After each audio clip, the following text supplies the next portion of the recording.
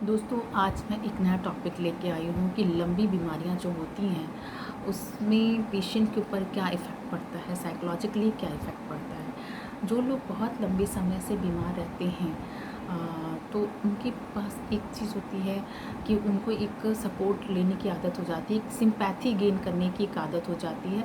लेकिन मेरा कहना है परिवार वालों को एम्पैथी दिखानी चाहिए, सिंपैथी नहीं दिखानी चाहिए बहुत ज़्यादा, क्योंकि ज़्यादा सिंपैथी दिखाते दिखाते पेशेंट आपके डिपेंडेंट हो जाता है और जो लंबी बीमारी से ग्रस्त होता है, अगर वो ठीक भी हो जाता है तो वो फिर उसको ठीक होने का मन नहीं करता, क्योंकि वो इतने दिन तक लंबी बीमारी से बेड पे लेटा रहता है। सब लोग उसको खिलाते हैं, पिलाते हैं, दुलारते हैं और जो मांगता है उसकी नीड्स को पूरी करते हैं। ये बच्चों में बहुत कॉमन है, फीमेल्स में बहुत कॉमन होती है, मेल्स में थोड़ा कम दिखाई देती है। तो वो फिर ठीक नहीं होना चाहता, क्योंकि उसको लगता है जब भी मैं ठीक हो जाऊँगा तो फिर वही, जैसे मान लीजिए कोई औरत बीमार हो गई है बहुत लंबे समय से, और जब उसको डॉक्टर ये कहते हैं अब तो तुम बिल्कुल ठीक हो, तुम जो चाहो कर सकती हो, तो अगेन एंड अगेन फिर से वो बीमार हो जाती है। तो इस तरह से क्या है, एक इमोशनल वो अटेंशन सीकिंग होने लगती है उस व्यक्ति में, इमोशनल सपोर्ट मांगता है वो व्यक्ति। अटेंशन सीकिंग इसीलिए होती है क्योंकि अपने वो ध्यान केंद्रित करता है कि नहीं अभी मैं बीमार हूँ, मैं कुछ नहीं कर सकती, क्योंकि उसके अंदर एक साइकोलॉजिकल चीज़ होती है कि मैं बीमार हूँ तो बहुत अच्छे से सपोर्ट मिल रहा है, बीमार नहीं तो सब करना पड़ेगा, वैसे जाना पड़ेगा, स्कूल जाना पड़ेगा, स्कूल गोइंग बच्चे हैं तो स्कूल जाना पड़ेगा। और जब तक बीमार रहते हैं अगर मांगते हैं कि ये कपड़ा चाहिए, ये जूता चाहिए, ऐसा चाहिए, तो पेरेंट्स भी उसको दिला देते हैं, उसके घर वाले लोग उसको दिला देते हैं कि चलो बीमार है, इसको जिद पूरी कर देते हैं। तो बीमारी अगर लंबे समय से, तो प्लीज़ जिद ना पूरी करिए। ये बहुत ज़रूरी है कि उसकी आवश्यकताओं को एक लिमिट में रखिए, जैसे आप हमेशा रखते हैं वैसे ही रखिए।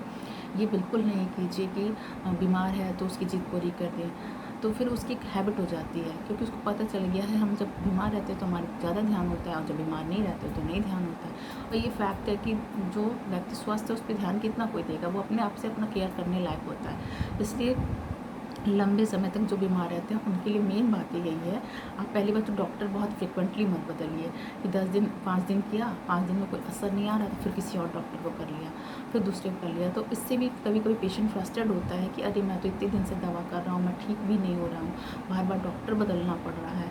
तो इस तरह के जो कन्वर्जन्स होते हैं फिर उनको प्रॉब्लम शुरू हो जाती है, ये मैं तो ठीक ही नहीं हो रहा। और बहुत बार आपने ऐसा भी देखा होगा कि वो पेशेंट जो हॉस्पिटल में ठीक रहता है और घर लाने पे फिर से उसकी प्रॉब्लम शुरू हो जाती है। हॉस्पिटल में एकदम नॉर्मल रहता है, घर आते ही उसकी सांस फूलने लगती है, चल नहीं पाता, भूख नहीं लगती, तमाम तरह की उसकी दिक्कतें बढ़ जाती है। तो ये कन्वर्जन का पार्ट हो जाता है, क्योंकि वो कहीं ना कहीं से एंग्जाइटी से रिलेटेड होती है और वो नहीं चाहता कि मैं ठीक हूँ, या घर वाले, या फिर उसके अंदर कोई ऐसी एंग्जाइटी होती है जो घर में लोग पूछें ना या कुछ करें ना, इस कारण से वो अपने को डाइवर्ट करता है अपनी बीमारी के रूप में, ताकि बीमारी के कारण कोई उसको कुछ डांटेगा नहीं, कुछ करेगा नहीं, इसलिए भी होता है। तो लंबे समय से जो बीमार होते हैं उनके संग बहुत ख्याल रखना पड़ता है, उनके संग वैसे ही बिहेव करिए जैसे हमेशा करते हैं। थोड़ा सा एक्स्ट्रा कीजिए कि उनको एक सपोर्ट भी लगे कि हाँ मेरा सब केयर करते हैं, लेकिन उनके अनावश्यक नीड्स को पूरी ना कीजिए। डॉक्टर्स को मत बदलिए, समय समय पर उनको अगर वो खाने लायक, पीने लायक, टहलने लायक, सब कुछ करने लायक हैं तो उनको खुद से करने दीजिए। अनायास सारी चीज़ें मत करिए।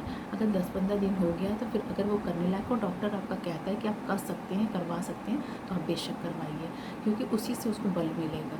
और ऐसे अगर आप करते रहेंगे तो उसका मोरल कहीं ना कहीं और उसकी physical health, mental health down होती रहेगी। इसलिए लंबे समय से जो बीमार होते हैं उनके साथ विशेष ध्यान रखिए कि आप कुछ समय के बाद अपने को विड्रॉ कर लीजिए। जैसे कि दवाओं को हम खिलाते हैं, जब पेशेंट ठीक हो जाता है फिर दवा को धीरे से विड्रॉ करते हैं, धीरे धीरे करके। ऐसे ही आप हेल्प कीजिए। हेल्प करने का धीरे धीरे एक एक लक्षण, जैसे आप 7 बार पानी देते हैं तो 6 बार पानी दीजिए, 5 बार दीजिए, 4 बार करते करते आप एक काम उसमें से कम कर दीजिए। तुम कर लो ना, कंघी आप उसकी करते हैं तो आज बाल तुम बना लो, तो उसको भी क्या होगा, धीरे धीरे कॉन्फिडेंस वापस आएगा। और कभी कभी जब बहुत ज़्यादा स्ट्रेस हो जाए तो कभी कभी होता है जो है जैसे एक थेरेपी के रूप में इग्नोर करना होता है कि अरे यार मैं तो अभी काम कर रहा हूँ, ज़रा सा तुम उठ के पानी ले लो ना। तो इस तरह इग्नोरेंस थेरेपी भी बहुत बेस्ट होती है इसमें। अगर इस तरह के एटीट्यूड वाले लोग आपको मिल जाते हैं जो अपना वर्क नहीं करना चाह रहे हैं, तो इस तरह से आप चाहे बच्चा हो, चाहे बूढ़ा हो, चाहे जवान कोई भी हो, तो आप कहिए मैं ऐसा कर रहा हूँ, तुम थोड़ा सा उठ के ले लो, चल के ले लो, रिक्वेस्ट करके प्यार से, तो वो करने की कोशिश करेगा। फिर उसको पता चल जाएगा कि नहीं, इनके पास पूरा टाइम नहीं, मुझे कुछ ना कुछ करना ही है। तो धीरे धीरे वो अपने आप को कॉन्फिडेंट करके अपने आप को ठीक करने की कोशिश करेगा। तो इसलिए आपको विशेष रूप से ये वीडियो मैंने बनाया ताकि आप, ये हमेशा अक्सर आता रहता है कि बहुत समय से बीमार हैं तो कुछ कर ही नहीं पा रहे हैं, इनसे उठने की कंडीशन, अंत में डॉक्टर हमेशा कहता है it's a part of psychological, क्योंकि वो अब दवा दे के पूरा थक चुका होता है। तो फिर इस तरह के केसेस होने लगते हैं कि साइकोलॉजिकली है। अब आप चलिए साइकोलॉजिस्ट के पास, साइकेट्रिस्ट के पास, तो वो ज़रूरी हो जाता है फिर इधर से की जगह उधर। तो उससे बेहतर है कि आप अपने आप को अपने पेशेंट के संग चेंज करिए। Thank you.